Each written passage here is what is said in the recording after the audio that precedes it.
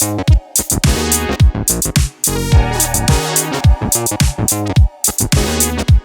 वालेकुम, welcome to my new video. तो इस वीडियो में हम सी लैंग्वेज के कुछ छोटे छोटे टॉपिक को कवर करने की कोशिश करेंगे। तो चलिए शुरू करते हैं। तो सबसे पहले हमारे पास आती हैं गार्बेज वैल्यू। अब बेसिकली गार्बेज वैल्यू होती ये हैं कि जब भी हम कोई डाटा टाइप के साथ उसका वेरिएबल लिखते हैं और जब उसको एक वैल्यू असाइन करते हैं तो वो हमारी रैम के अंदर उसके एड्रेस के साथ स्टोर हो जाता है। लेकिन अगर हम ऐसे करें कि डाटा टाइप लिखें, उसका वेरिएबल लिखें और साथ उसको वैल्यू ना दें और प्रिंट एफ के अंदर उसका फॉर्मेट स्पेसिफायर जो भी उसकी रिक्वायरमेंट है सब कुछ पूरी कर दें, सिर्फ उसको वैल्यू ना दें, तो वो हमारी रैम के अंदर रिज़र्व कर दी है उसने हमारी स्पेस, लेकिन हमने उसको वैल्यू नहीं दी।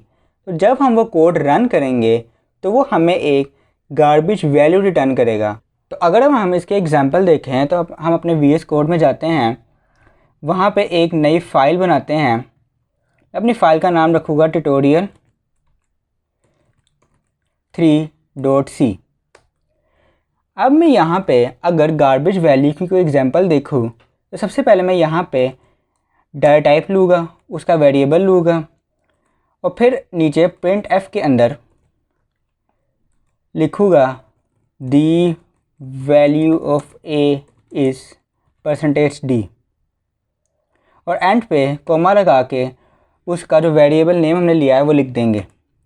और जब मैं इस फाइल को सेव करूँगा तो यहाँ पे हम जब इसको रन करेंगे तो ये मुझे एक गार्बेज वैल्यू दे देगा, क्योंकि हमने उसको कोई स्पेसिफिक वैल्यू दी ही नहीं। अब जब जब मैं इस कोड को रन करूँगा तब तब ये मुझे एक चेंज वैल्यू देता रहेगा। हर बार वैल्यू चेंज रहेगी क्योंकि ये गार्बेज वैल्यू है, इसकी कोई अपनी वैल्यू है ही नहीं। ये रैम में स्टोर हो गया है लेकिन इसकी कोई वैल्यू हमने इसको असाइन नहीं की, इसीलिए ये हमें गार्बेज वैल्यू रिटर्न कर रहा है। तो अगर अब हम आगे देखें तो आगे हमारे पास आता है एस्केप सीक्वेंस। अब एस्केप सीक्वेंस बेसिकली होता ये है कि ये हमारी आउटपुट को चेंज करने में मदद करता है। इसका सिंटेक्स ऐसे है कि इसके कोई भी वर्ड से पहले हमें / लगाना पड़ता है, उसके बाद फिर हमारा एस्केप सीक्वेंस स्टार्ट हो जाता है।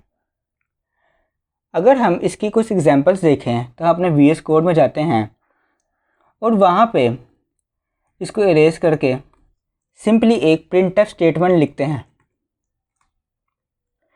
यहाँ पे मैं लिखता हूँ hello world.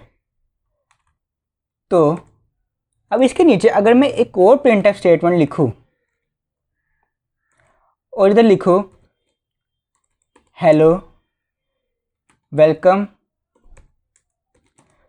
To my channel, अगर हम इसको रन करूँगा तो आप देख सकते हैं कि ये मेरी एक ही लाइन में रन हो जाएगा। अब पहला हमारे पास एस्केप सीक्वेंस आता है \n। अगर मैं प्रिंट एफ के हेलो वर्ल्ड के बाद \n डाल दूँ तो \n हमारी मदद करता है न्यू लाइन में प्रिंट करने को, यानी कि जो अगला हमारा टेक्स्ट है वो न्यू लाइन में चला जाए, बेशक वो अगला प्रिंट एफ ही क्यों ना हो। अब मैं अगर इसको रन करूँगा तो आप देख सकते हैं कि दोनों अलग अलग लाइन में प्रिंट हुए हैं। तो अगर हम आगे देखें तो आगे हमारे पास एक और एस्केप सीक्वेंस होता है, उसका नाम है \t। अगर हम वो लिखते हैं तो हमारे पास 8 कैरेक्टर जितनी स्पेस ऐड हो जाती है, यानी कि अगर हम इसको रन करेंगे तो हमारे हेलो और वर्ड के अंदर एक एक्स्ट्रा स्पेस ऐड हो जाएगी।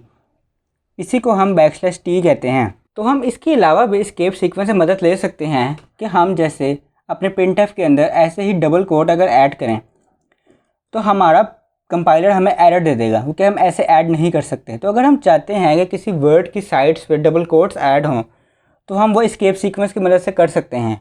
हमें सिंपली सबसे पहले \/ डालनी है, फिर डबल कोट डालने हैं, फिर d के बाद \/ लिखनी है, फिर डबल कोट डालने हैं और सेव कर देना है।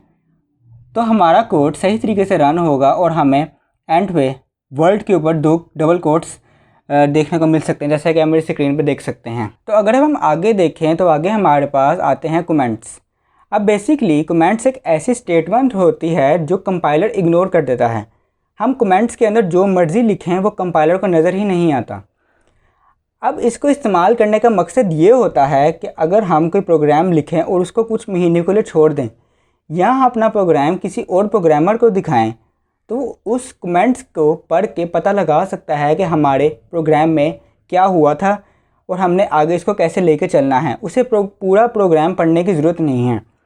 अगर हम इसकी टाइप्स देखें तो हमारे पास दो टाइप्स आती हैं, एक सिंगल लाइन कमेंट और एक मल्टी लाइन कमेंट। तो अगर हम इसके एग्जांपल देखें तो सबसे पहले हमारे पास हैं single line comment. Single line comment के लिए आपने सिंपली डबल स्लैश डालनी है और जो आप लिखना चाहते हैं, ऐसे मैं लिखता हूँ hello world, welcome to my channel. अगर मैं इसको सेव करूँ तो हमारा ये प्रिंट नहीं होगा, हमारा ऊपर वाला जो प्रिंटफ है सिंपली वही नीचे प्रिंट होगा, क्योंकि ये कंपाइलर ने इग्नोर कर दिया है, ये कंपाइलर को नज़र ही नहीं आता। दूसरा हमारे पास आता है मल्टी लाइन कमेंट। इसके लिए आपने सबसे पहले फॉरवर्ड स्लैश डालनी है और फिर स्टैटिक डालना है। यह हमारा मल्टी लाइन कमेंट आ गया है। अगर हम एक लाइन में कोई कमेंट लिखना चाहते हैं तो हम सिंगल लाइन कमेंट लिखते हैं। अगर हम कुछ दो लाइन्स में, जैसे मैं हेलो, फिर नीचे वर्ल्ड, फिर नीचे वेलकम ऐसे लिखता हूँ, तो ये मल्टी लाइन कमेंट है। और मैं इसको भी इसी तरह रन करूँगा तो हमारे पास कुछ प्रिंट नहीं होगा, सिर्फ वो प्रिंटफ जो ऊपर है वही प्रिंट होगी, क्योंकि ये भी कंपाइलर ने इग्नोर कर दिया है। यह हमारे पास थे सिंगल लाइन कमेंट और मल्टी लाइन कमेंट। उम्मीद है आपको आज की वीडियो अच्छी लगी होगी। अगर अच्छी लगी है तो कमेंट्स में ज़रूर बताइएगा। आज के लिए इतना ही। ओके, अल्लाह हाफिज़।